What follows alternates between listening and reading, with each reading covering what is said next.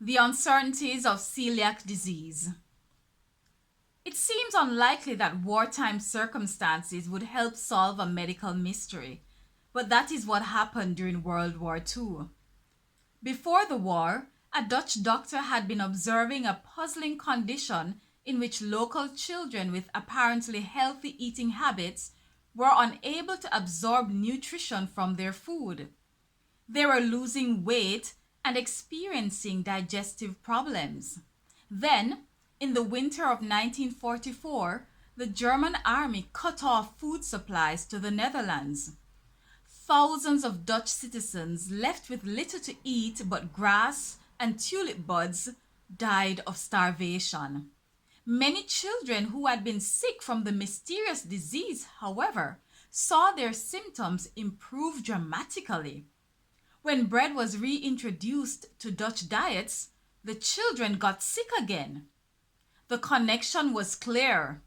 Something in the children's normal diet, specifically in the staple food of bread, was causing serious health problems. Since that time, the cause of the children's illness, now known as celiac disease, has been identified as a group of proteins called gluten.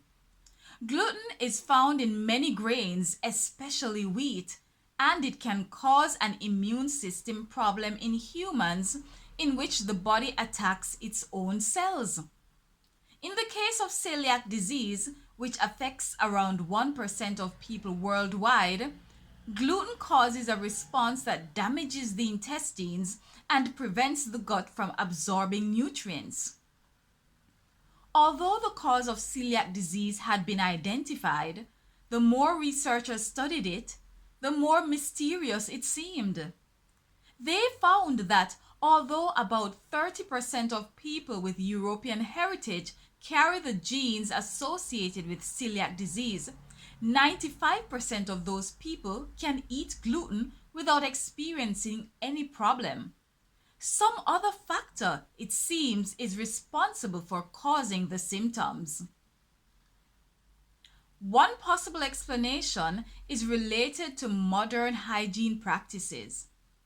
A study of children living in towns across the border from each other in Finland and Russia showed that 5 times as many Finnish children suffered from celiac disease. This seemed strange because both populations share a very similar genetic background and history, and similar types of wheat are eaten in the towns. The average income in the Russian town, however, is 1/15 that of the neighboring Finns. And because sanitation practices are poorer, the Russian children are exposed to more bacteria. The researchers suspect this is behind the higher incidence of celiac disease in developed countries. Without exposure to bacteria that were once common in human environments, the immune system may overreact to substances such as gluten, leading to conditions such as celiac disease and allergies.